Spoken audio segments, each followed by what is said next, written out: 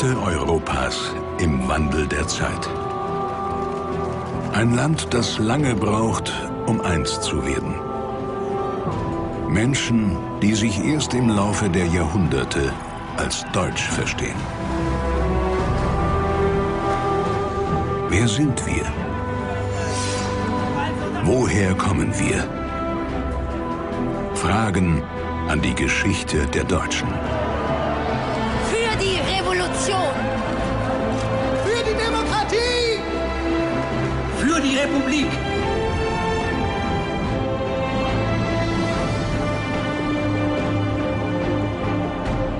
Das Reich ist das Einzige, was uns geblieben ist. Ein Monarchist, der die Demokratie retten will. Ein Friede, der keiner ist. Aber der Waffenstillstand ist nicht voraussetzungslos abgeschlossen worden. Die erste deutsche Republik steht vor dem Bankrott und am Rande des Bürgerkriegs. Er muss sich behaupten gegen die Feinde der Demokratie. Vor allem gegen einen, Adolf Hitler, der Reichskanzler Gustav Stresemann.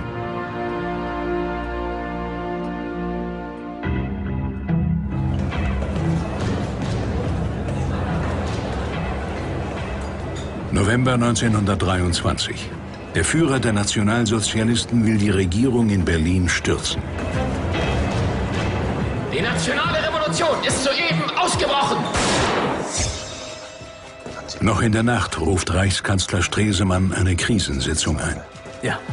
Was ist mit der Polizei? Angeblich übergelaufen, aber noch nicht bestätigt. Der Präsident ist da. Die Regierung in Berlin ist abgesetzt.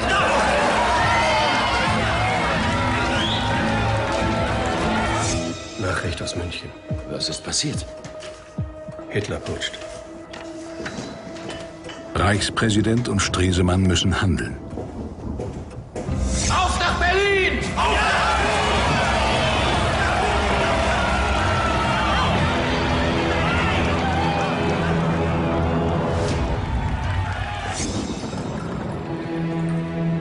In der Nacht zum 9. November 1923 steht die Zukunft der ersten deutschen Republik auf dem Spiel.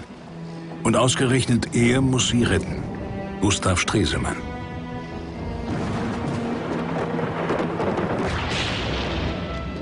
Ein Mann, der im Weltkrieg auf Eroberung setzte und ein deutsches Weltreich wollte. Der an die Monarchie glaubte und ihren Sturz beklagte.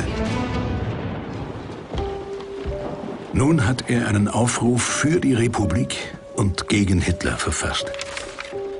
In der Schicksalsstunde des deutschen Volkes fordern wir alle Freunde des Vaterlandes auf, sich einzusetzen für die Bewahrung der Reichseinheit und der deutschen Freiheit. Ist es wirklich so schlimm? Ja. Wir wissen nicht, was der nächste Tag bringt. Aber ich werde nicht zurückweichen. Er weiß, dass Hitler ihn absetzen will. Seine Frau bangt um sein Leben. Seit 20 Jahren sind Käthe und Gustav Stresemann verheiratet. Und schon einmal stand in dieser Zeit seine wechselvolle Karriere vor dem Aus. Dabei begann alles mit einem Traumstart. Mit 28 Jahren war Stresemann jüngster Abgeordneter im Reichstag. Wie der Kaiser träumte er von einem deutschen Weltreich.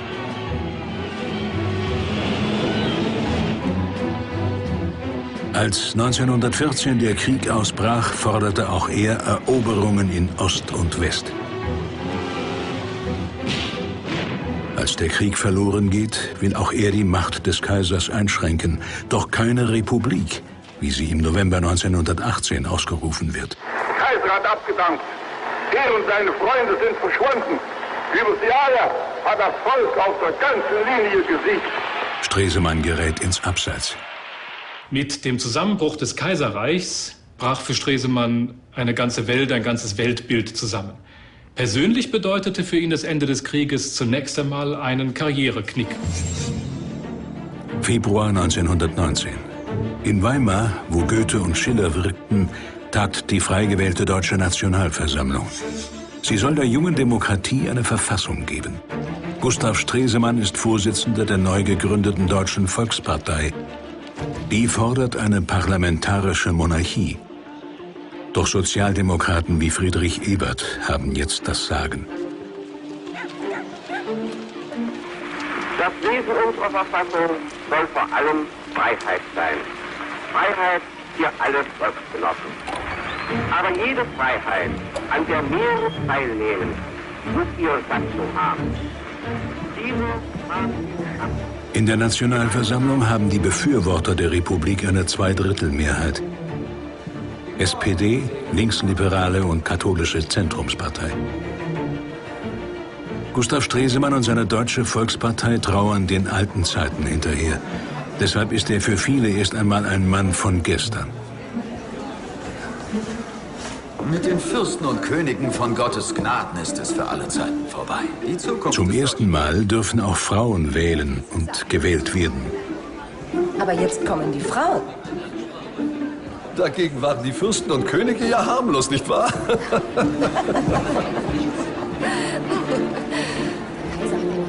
Mit gemischten Gefühlen ist Stresemann nach Weimar gereist.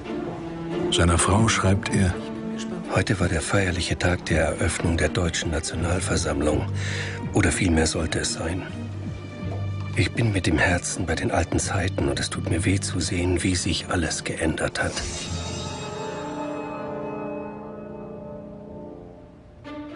Gefühle, die die meisten Abgeordneten nicht teilen.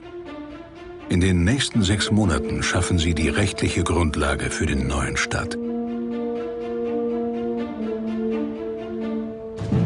Die Verfassung der Weimarer Republik. Die Regierung ist jetzt nicht mehr dem Kaiser, sondern dem Parlament verantwortlich. Die Staatsgewalt geht vom Volke aus. Zum ersten Mal in der deutschen Geschichte. Eine Verfassung, die an die gescheiterte Revolution von 1848 anknüpft. Die Ideale der Nationalversammlung in der Frankfurter Paulskirche. Schwarz-Rot-Gold steht für die freiheitliche Tradition in Deutschland. Es sind nun auch die Farben der Weimarer Republik. Doch auf dem Neubeginn lastet ein Schatten. In Versailles treffen sich im Frühjahr 1919 die Siegermächte des Ersten Weltkriegs. Die Deutschen hoffen auf einen milden Frieden, nachdem der Kaiser gestürzt ist. Eine Illusion. Anders als Amerikaner und Briten will Frankreich Deutschland entscheidend schwächen, um künftig vor dem Nachbarn sicher zu sein. Der Spiegelsaal des Versailler Schlosses. Hier wurde nach dem deutschen Sieg über Frankreich 1871 das Kaiserreich ausgerufen. Und durch Bismarck die deutsche Einheit geschaffen. Ein halbes Jahrhundert später folgt am gleichen Ort die Revanche. Jetzt sind die Deutschen die Besiegten. Die Vertreter der Weimarer Republik haben keine Wahl. Sie müssen eine ausschließliche Kriegsschuld des Reiches anerkennen und harte Friedensbedingungen akzeptieren. Die neue Republik muss die Erblast der Kaiserzeit tragen. Stresemann bezieht auch hier Opposition. Wir sind vielleicht verloren, wenn wir den Frieden nicht unterzeichnen. Aber wir sind sicher verloren, wenn wir ihn unterzeichnen. Er will die Folgen des Krieges, den er begrüßte, so nicht tragen. Gemäß Versailler Vertrag besetzen französische, belgische und britische Truppen das deutsche Rheinland als Sicherheitspfand. Deutschland muss Kriegsentschädigungen zahlen und verliert 1/7 seines Staatsgebietes. Im Westen gehen Elsass und Lothringen an Frankreich, im Osten Westpreußen, Posen und ein Teil Oberschlesiens an das neu gegründete Polen.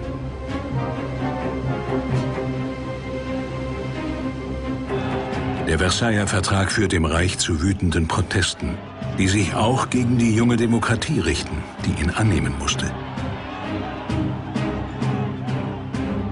Ein Friede, der ohne die Unterworfenen vereinbart wird, ist immer ein Diktatfriede. Und natürlich gab es eine Menge von Bestimmungen in diesem Vertrag, die man in der Tat kritisieren konnte, aber die man auch mit Geduld und kluger Diplomatie hätte überwinden können. Das aber war sehr schwer angesichts dieser nationalistischen Grundströmung. Putschversuche erschüttern Deutschland. Die extreme Rechte gibt den Vertretern der Demokratie sogar die Schuld am verlorenen Krieg. Außenminister Walter Rathenau wird Opfer eines Mordkommandos. Ebenso Ex-Finanzminister Matthias Erzberger.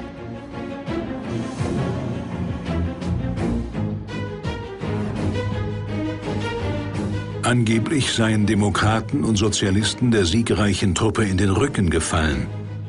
Die sogenannte Dolchstoßlegende, die eine Lüge ist. Der Unterschied zwischen Weimar und heute liegt in der politischen Kultur.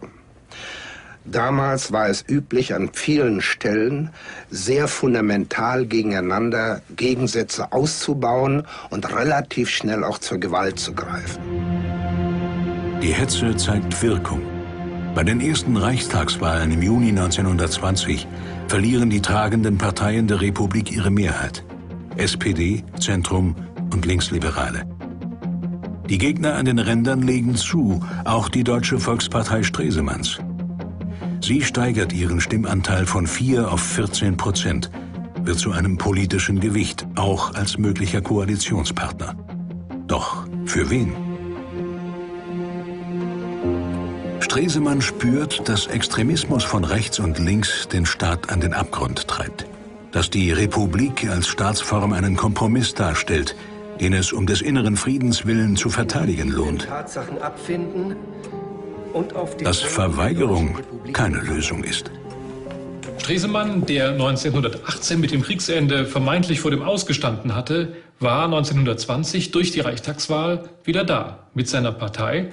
Und zugleich rückt er mit seiner Partei in eine Schlüsselfunktion in diesem politischen System der Weimarer Republik, weil die Parteien der Weimarer Koalition, die diese Republik trugen, SPD, die Linksliberalen und die katholische Zentrumspartei, an sich nicht mehr mehrheitsfähig waren und nun angewiesen waren auf eine der Parteien, die eigentlich ursprünglich im Lager der Gegner der Republik standen.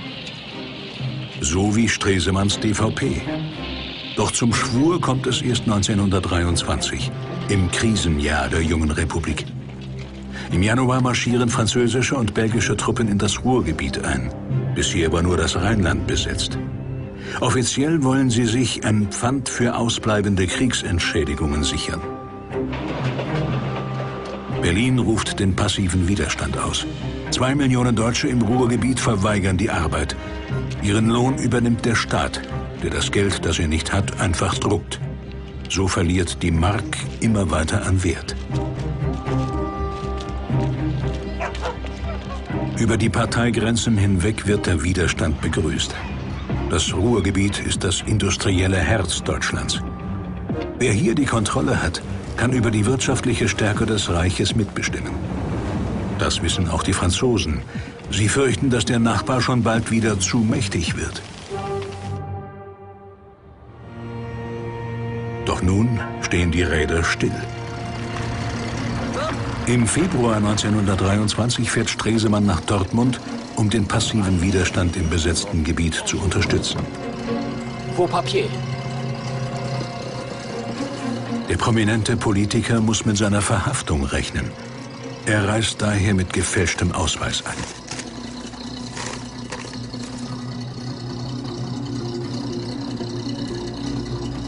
Non? Friedrich Ehrenkamp. Destination? Ins Büro. Ich arbeite für eine Versicherung.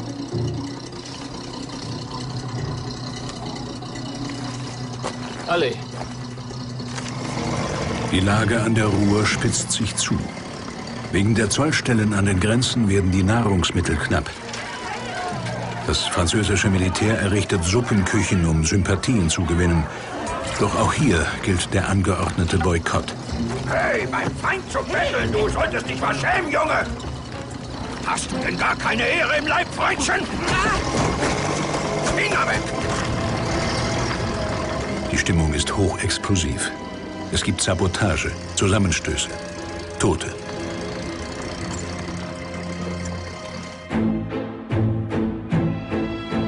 Auch in der Hauptstadt ist die Lage gespannt.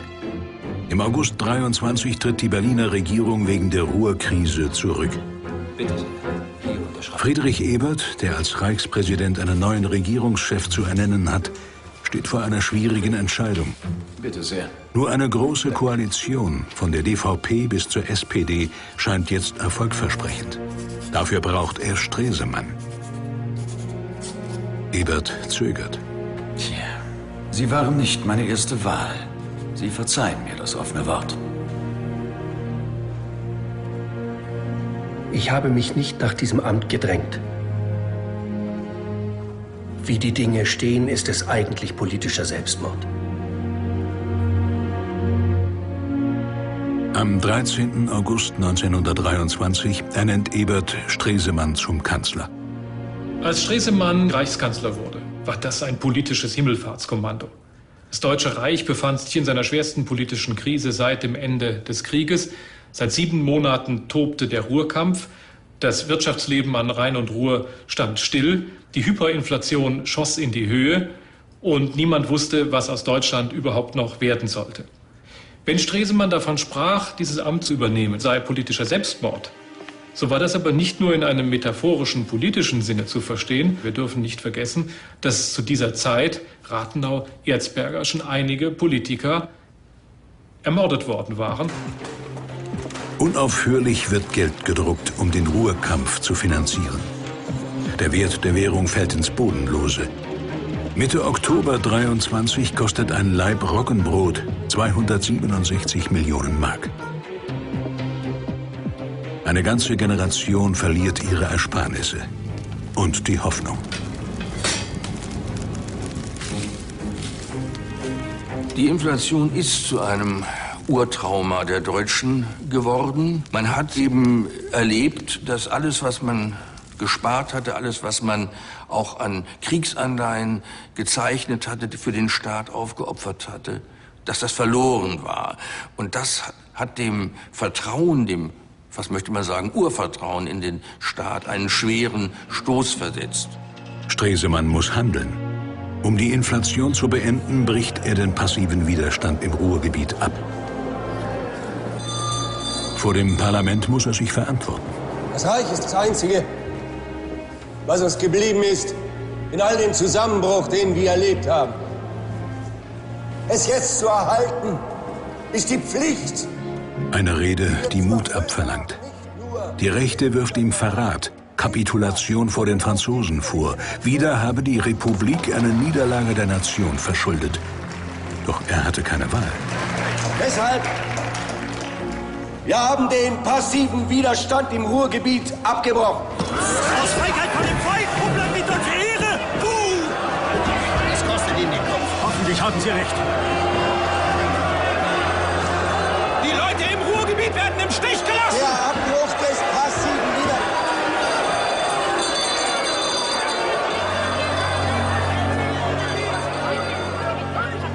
Der Mut hierzu ist vielleicht nationaler als all die Phrasen, mit denen dagegen angekämpft wird. Ich bin mir bewusst, dass ich damit meine politische Stellung, ja vielleicht sogar mein Leben aufs Spiel setze. Aber was fehlt dem deutschen Volke? Uns fehlt der Mut zur Verantwortlichkeit.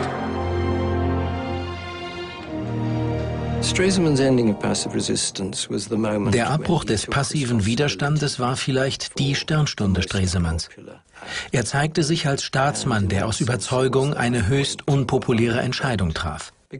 Er tat es, obwohl er wusste, dass seine Gegner ihn beschuldigen würden, ein zweites Versailles zu unterschreiben. Im Reich kommt es zu Aufständen. In Koblenz wollen Separatisten eine rheinische Republik errichten. In Sachsen und Thüringen verbünden sich Sozialdemokraten und Kommunisten. Es droht eine rote Revolution. Stresemann lässt die Reichswehr eingreifen.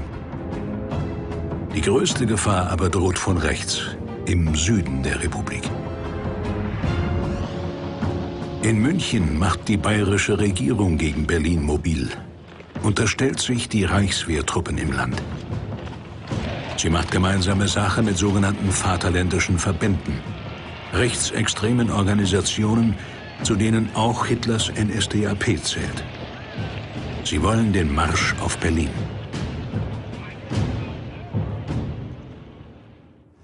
Das weiß auch der Kanzler. Gegen die Kommunisten in Sachsen und Thüringen konnte er die Reichswehr einsetzen. Doch würde sie auch einen Putsch von rechts niederschlagen? Herr Reichskanzler, General von Seeckt für Sie. Reinkommen. Herr General? General von Seeckt, schön Sie zu sehen. Bitte nehmen Sie Platz. Danke. General Hans von Seeckt ist oberster Militär der Republik. Ist die Reichswehr bereit, die Republik auch gegen Angriffe von rechts zu verteidigen?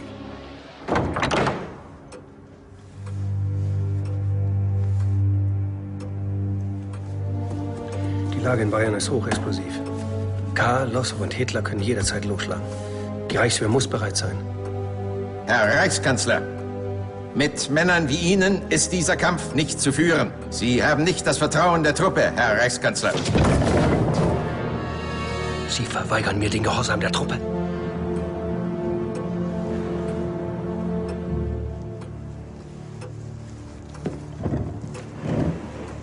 Belassen wir es dabei. Zunächst. Jawohl.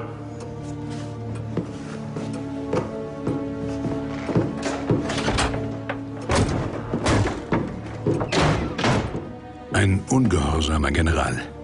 Warum entlässt Stresemann ihn nicht? Stresemann stand im Herbst 1923, als es im Reich an allen Ecken und Enden lichterloh brannte, unter einem enormen Druck. Stresemann hatte in dem Moment nicht die Möglichkeit, auch noch einen offenen Konflikt mit der Heeresleitung zu führen. Und insofern spielte Stresemann zunächst einmal auf Zeit. In München machen die Gegner der Weimarer Republik inzwischen mobil.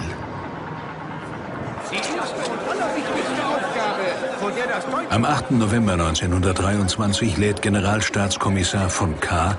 zu einer Kundgebung in den Bürgerbräukeller.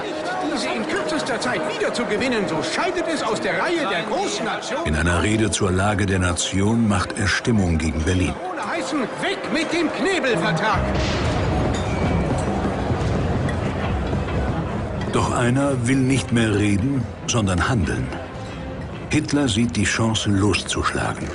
Will die zögerliche Regierung und die Versammelten auf seine Seite zwingen. Gastgeber und Publikum sind überrascht. Die nationale Revolution ist ausgebrochen. Doch seine Worte gehen im Lärm unter. Zeugen berichten später, sie hätten dies anfangs für ein Kasperltheater gehalten. Die nationale Revolution ist ausgebrochen. Der Saal ist von über 600 schwer bewaffneten Männern besetzt. Keiner kann den Saal verlassen. Doch der Trommler der NS-Partei meint es ernst. Ich mache einen Vorschlag. Bis es endlich zur verdienten Abrechnung mit den Verrätern kommt, die Deutschland heute zugrunde richten, übernehme ich die Führung der Nation. Ich werde das Deutsche Reich regieren. Die Regierung in Berlin ist abgesetzt.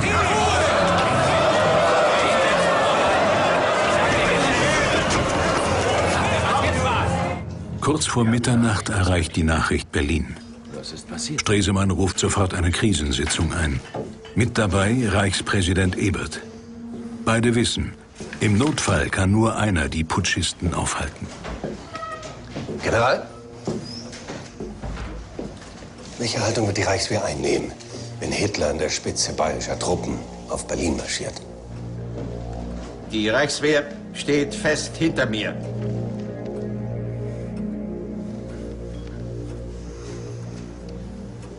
General von Seeckt, meinen Sie nicht auch, dass die neue Situation es erfordert? Was sollen wir tun?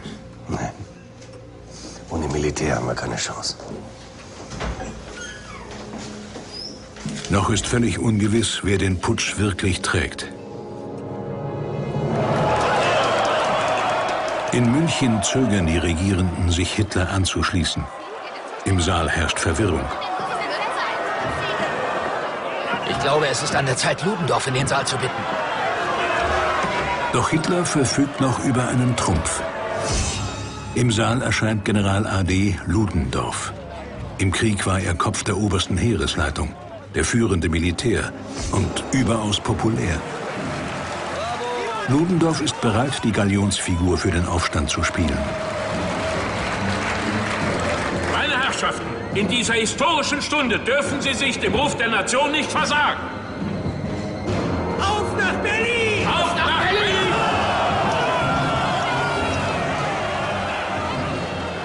Der Auftritt des Generals entscheidet die Lage. K. und die anwesenden Militärs schließen sich dem Putschversuch an.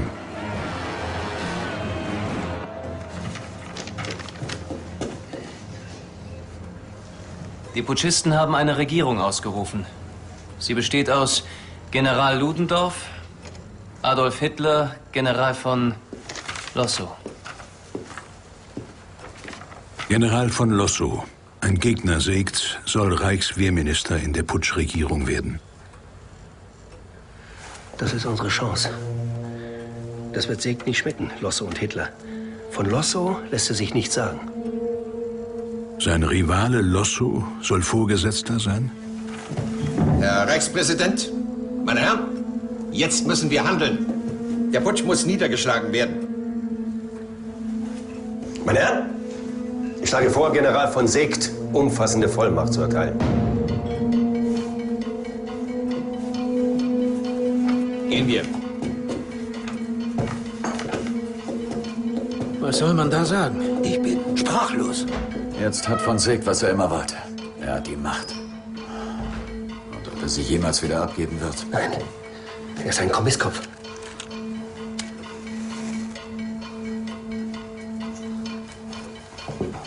So einer wagt keinen Umsturz. Hoffen wir, dass Sie Recht behalten.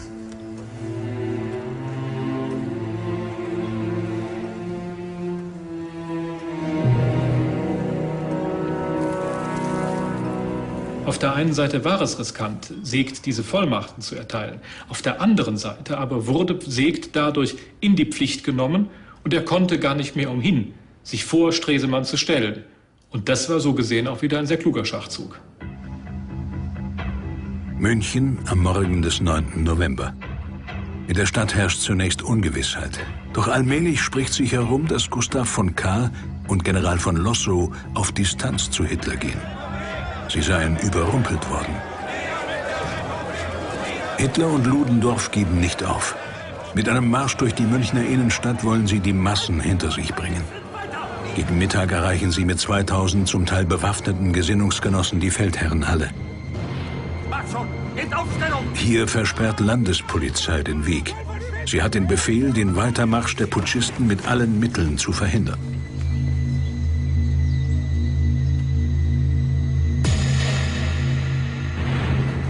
Das ist seine Exzellenz General Ludendorff!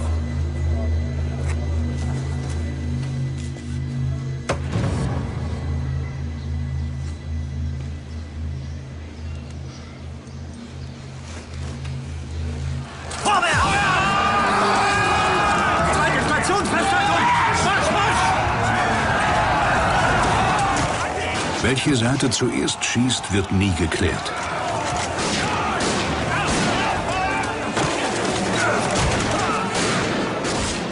Hitler wird nur knapp von einer Kugel verfehlt. Sein Nebenmann stirbt. Insgesamt kommen 4 Polizisten und 16 Putschisten ums Leben.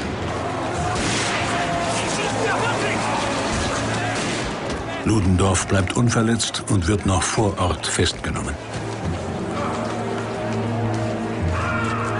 Hitler gelingt die Flucht. Doch wenige Tage später wird auch er verhaftet.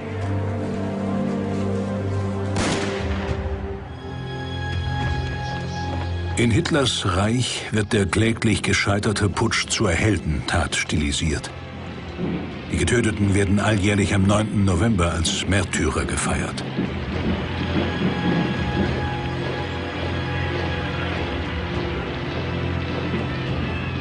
Dass der Putsch Hitlers Weg zur Macht kein Ende bereitet, dafür sorgt auch eine milde Justiz. Ludendorff wird freigesprochen, Hitler nach 13 Monaten aus der Haft entlassen. Nach den Ereignissen in München beruhigt sich die Lage im Reich. Schon eine Woche nach dem Hitlerputsch wagt Stresemann den nächsten Kraftakt. Seine Regierung führt die sogenannte Rentenmark ein. Die galoppierende Inflation wird durch einen harten Schnitt beendet.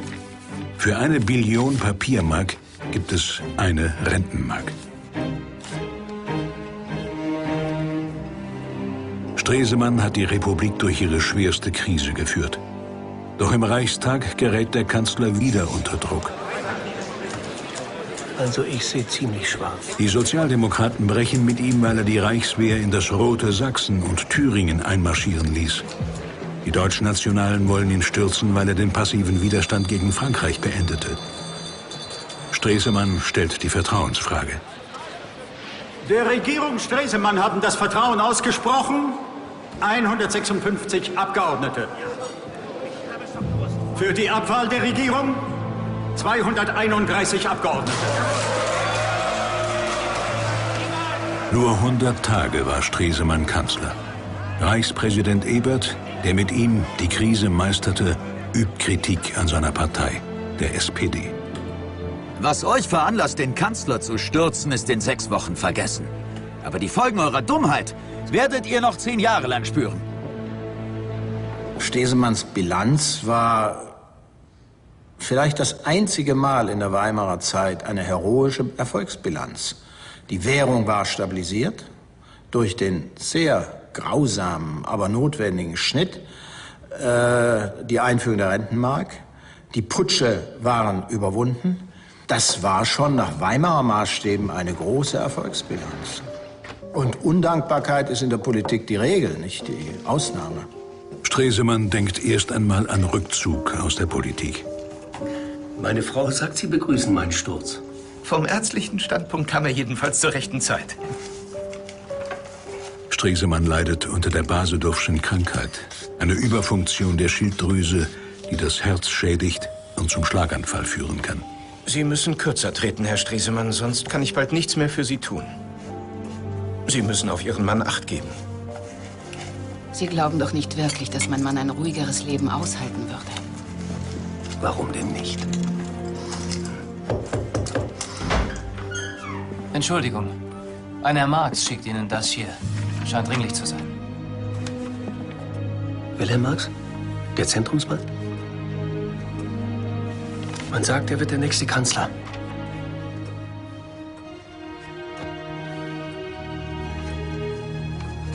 Sagen Sie ihm, ich bin in einer Stunde da. Marx ist ein guter Mann. Mit ihm könnte man zusammenarbeiten. Du wirst dich nie ändern.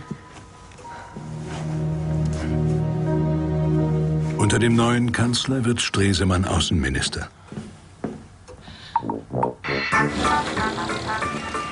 Die Republik erholt sich.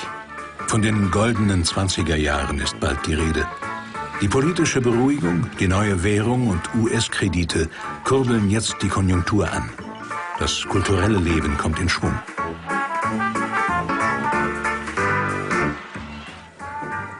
Gustav. In der Dienstvilla des Außenministers herrscht reges Treiben. Käthe Stresemann gilt als First Lady der Weimarer Republik. Kanzler kommen und gehen, doch der Außenminister bleibt derselbe. Nach ihm wird sogar ein Anzug benannt, der Stresemann. Gestreifte Hose, graue Weste, dunkles Jackett. Ein Markenzeichen. Der Minister gibt den Ton an. Einmal auch auf der Leinwand. Er ist einer der ersten, die den neuen Tonfilm erproben dürfen. Im zeitgemäßen Tempo. Dass ich heute in der Lage bin, im Bilde zu Ihnen zu sprechen, ist ein lebender Beweis dieser Entwicklung. Mögen beide Industrien fortschreiten in dieser Entwicklung. Möge es ihnen möglich sein, nicht nur in der Heimat, sondern auch draußen in der Welt, durch ihre Erzeugnisse ein Bild zu geben von deutscher Geistes- und Schaffenskraft und dafür zu sorgen, dass deutscher Geist und die Anerkennung deutscher Technik auf die Welt durchdringen. Die Welt durchdringen will Stresemann auch im schweizerischen Locarno. 1925 auf einer internationalen Konferenz. Die Beziehungen zu Paris sollen verbessert werden. Stresemann verzichtet nunmehr endgültig auf das an Frankreich abgetretene Elsass-Lothringen. Eine Geste des guten Willens, die beim französischen Außenminister auf fruchtbaren Boden fällt. Aristide Briand, der auch einen Neuanfang wünscht. Im Gegenzug will Stresemann ein rasches Ende der Besetzung von Rhein und Ruhr. Nach dem Ruhrgebiet muss jetzt auch das Rheinland vollständig geräumt werden. Sonst wird das nie ein richtiger Friede zwischen unseren Völkern. Und die Menschen in Deutschland wollen den Frieden. Aber der Versailler Vertrag nimmt ihnen die Luft zum Atmen. Wenn sie sehen könnten, wie Fahren Sie nicht fort, sonst bringen Sie uns noch alle zum Weinen, lieber Stresemann. Ich bewundere Ihre Kühnheit. Aber Sie müssen uns Zeit lassen. Wissen Sie, die französische Öffentlichkeit ist noch längst nicht so weit wie Sie. Ich weiß. Aber ich weiß nicht, ob ich noch die Zeit dazu habe. Stresemann hat einige Jahre nach dem Krieg eine entscheidende Einsicht gewonnen, dass Deutschland außenpolitisch nur Erfolg haben könne, wenn es auch die Perspektive der anderen Mächte mit einbezieht und in Kooperation, in einer grundsätzlichen Übereinstimmung mit den anderen Mächten Politik macht. Genf 1926. Deutschland wird Mitglied im Völkerbund, einem Vorläufer der UNO. Bisher war es ausgeschlossen. Doch Briand und Stresemann haben den Weg geebnet. 8 Jahre nach Kriegsende kehrt das besiegte Deutsche Reich in die Staatengemeinschaft zurück. Die Verständigungspolitik findet in der Welt große Anerkennung. Gemeinsam mit Briand erhält Stresemann den Friedensnobelpreis. Als erster Deutscher überhaupt. 1929 gelingt den beiden Außenministern ein weiterer Durchbruch. Frankreich will binnen eines Jahres alle besetzten deutschen Gebiete räumen, wenn Berlin dafür einer endgültigen Regelung der Kriegsentschädigung zustimmt. Doch Stresemanns Gegner sehen nur die Kosten, nicht den Nutzen. Die extreme Rechte startet eine Hetzkampagne. Bis in die 3. Generation müsst ihr fronen, lautet die Parole gegen den Außenminister. Kopf der Aktion ist Alfred Hugenberg, ein reaktionärer Verleger und Chef der Deutschnationalen Volkspartei. Mit an Bord ist Franz Selte, Vorsitzender des Stahlhelms, einer Organisation ehemaliger Frontsoldaten. Das ist schon viel besser. Das wird Stresemann ganz bestimmt nicht schmecken. Stresemann und Konsorten werden bald ausgespielt haben. Noch ein dritter ist im Bunde. Der gescheiterte Putschist von 1923. Adolf Hitler. Wir werden das Volk auf sie hetzen. Ohne Erbarmen. Dann werden wir endlich gemeinsam ein neues Deutschland aufbauen können. Und zwar ohne diesen demokratischen Schwindel. Nun hat er mächtige Förderer. Hitler hat die NSDAP neu organisiert und auf sich eingeschworen. Auf sogenannten Reichsparteitagen, wie in Nürnberg 1929, stellt er eine Macht zur Schau, die er noch nicht hat, aber unbedingt erringen will. Noch hat die Nazi-Partei nur wenige Abgeordnete im Parlament, doch das wird sich bald ändern. Stresemann ahnt die Gefahr.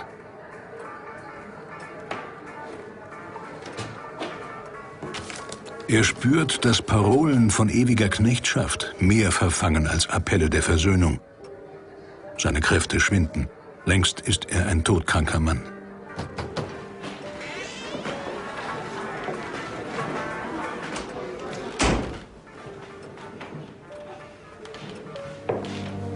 Unsere Gäste warten.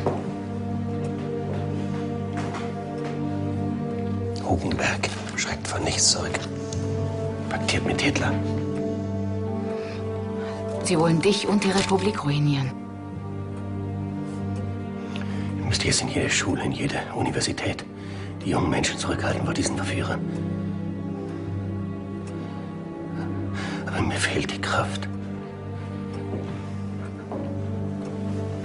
Komm. Es wird dich ablenken.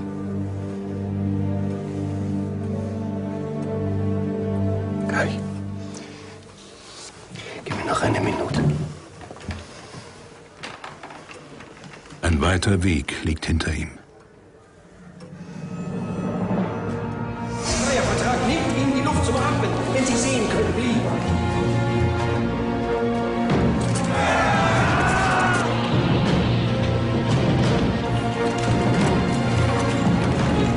Ich habe mich nicht nach diesem Amt gedrängt. werde nicht zurückweichen. Was fehlt dem deutschen Volke? Uns fehlt der Mut zur Verantwortlichkeit.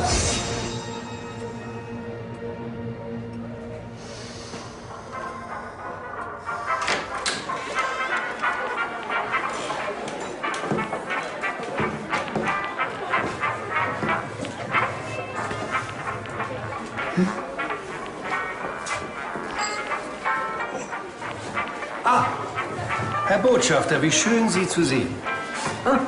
Wenn schon die Reparationen nicht fließen, so halte ich mich wenigstens gütlich an Ihrem vorzüglichen Champagner.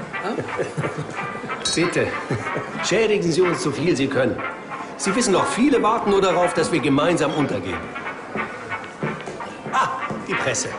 Und was werfen Sie mir heute vor? Nur, dass Sie uns nicht häufiger einladen. Das Essen ist wirklich vorzüglich. Und die politische Lage? Das würden wir gerne von Ihnen hören. Schreiben Sie. Schreiben Sie, die Lage ist hoffnungslos, aber nicht ernst. Ich stehe zwischen Deutschland und dem Chaos.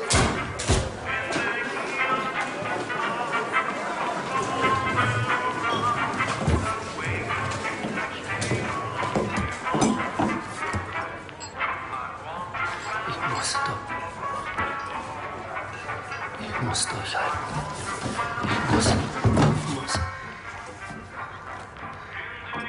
In den frühen Morgenstunden des 3. Oktober 1929 erleidet Gustav Stresemann einen Schlaganfall. Er stirbt im Alter von 51 Jahren.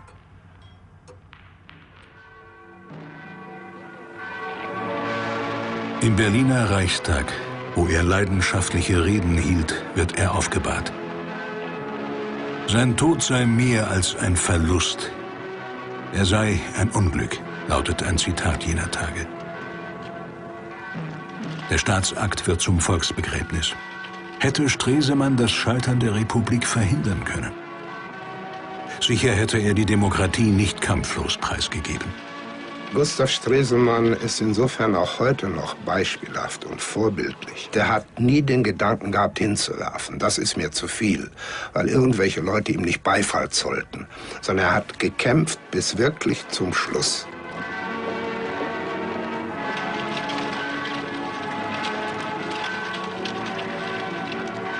Wenige Jahre nach seinem Tod triumphieren seine Feinde über die Republik. Als der Reichstag 1933 brennt, ist die Demokratie längst zerstört. Als am Ende des von Hitlerdeutschland entfesselten Krieges die Sieger die Trümmer erstürmen, ist dies Ende und Anfang.